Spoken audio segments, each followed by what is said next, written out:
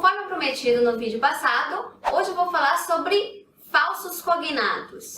Falsos cognatos são palavras do inglês, por exemplo, que se parecem muito com o português, mas que têm um significado completamente diferente. Então, palavras como system, que significa sistema, material, que significa material, problem, que é problema. Então, todas essas palavras são palavras cognatas. Então, são palavras que parecem muito com o português e que têm o mesmo significado. Então, no vídeo de hoje eu vou dar alguns exemplos de falsos cognatos. Aquelas palavras que você acha que é uma coisa e é outra coisa. A primeira palavra é actually, que parece muito com atualmente. Mas, na verdade, actually quer dizer na verdade. Então, por exemplo, he's not very young. Actually, he's very old.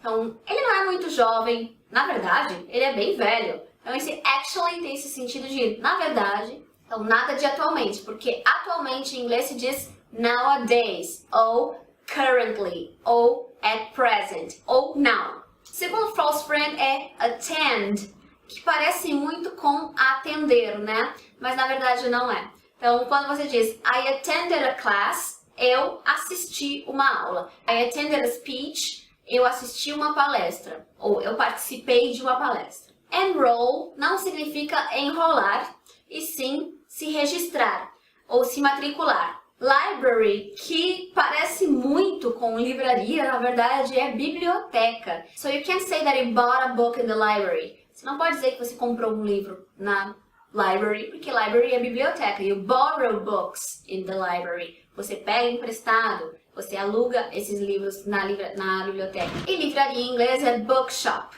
So in a bookshop you can buy books, but in a library you just borrow books. Lunch não significa lanche, significa almoço. Então, se você quiser dizer que você vai almoçar, você vai dizer I'm gonna have lunch. E se você quiser dizer que você vai tomar um lanche, aí você vai dizer I'm gonna have a snack. Então, snack é lanche e lunch, almoço. Prejudice parece muito com prejudicar, mas na verdade quer dizer preconceito. Por exemplo, it was a horrible manifestation of our prejudice. Então, aquilo foi uma manifestação terrível do nosso preconceito.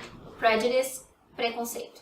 Pretend é um clássico de erros nas aulas de inglês, principalmente aquelas que eu pergunto sobre planos. Então, por exemplo, what are your plans for next weekend? Aí o aluno vai dizer, I pretend to go to the movies. Só que pretend não é eu pretendo ir ao cinema. Pretend é fingir, então não faz sentido nenhum nessa frase. So, they were pretending to be rich. Não é que eles estavam com a intenção de ser ricos, eles estavam fingindo ser ricos. Então, pretend significa fingir e pretender é intend. So, for example, I intend to go to the beach next weekend. Eu pretendo ir à praia no próximo fim de semana. Tax não significa táxi. Tax significa taxa. So we have to pay a lot of taxes in Brazil. Nós temos que pagar muitas taxas, impostos aqui no Brasil. E táxi é taxi. So there's a difference between tax and taxi, ok? Support não significa suportar, significa apoiar. E se você quiser dizer suportar alguém, por exemplo, eu não consigo suportar aquele cara, aí você vai dizer I can't stand that guy. Eu não suporto aquele cara. I can't stand that guy. Mas support significa apoiar algo ou alguém. E por fim, um false friend que eu até hoje tenho assim uma coisa que me faz ficar confusa toda vez que eu vejo essa palavra é a palavra push, que parece muito com push. Você vai ver numa porta push, mas na verdade é empurre. Então puxar é pull e empurrar é push. Se você ainda não viajou para o exterior, você vai ver que quando você for, você vai ver push e você vai automaticamente puxar a porta, mesmo que você já saiba que esse é um false friend, até que você se acostume, porque é muito forte, né? Parece muito com puxar. Bom, eu tô dando essa dica nesse mês, principalmente porque é o mês do Enem, né? Então o meu objetivo é deixar claro que saber essas palavras é super importante para que você consiga interpretar os textos da prova, como eu disse no vídeo anterior. Se você não assistiu esse meu vídeo com dicas do Enem, eu vou deixar ele linkado em algum lugar aqui. E você deve estar se perguntando, tá, mas como é que eu vou saber se essa palavra é um false friend, um false cognate ou não? Primeiramente,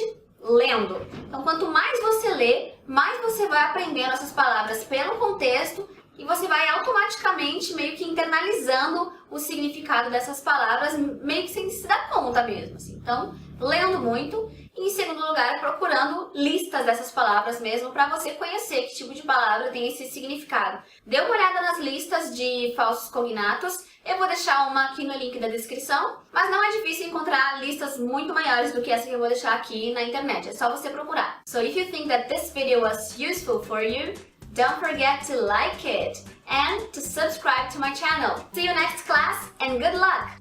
Bye!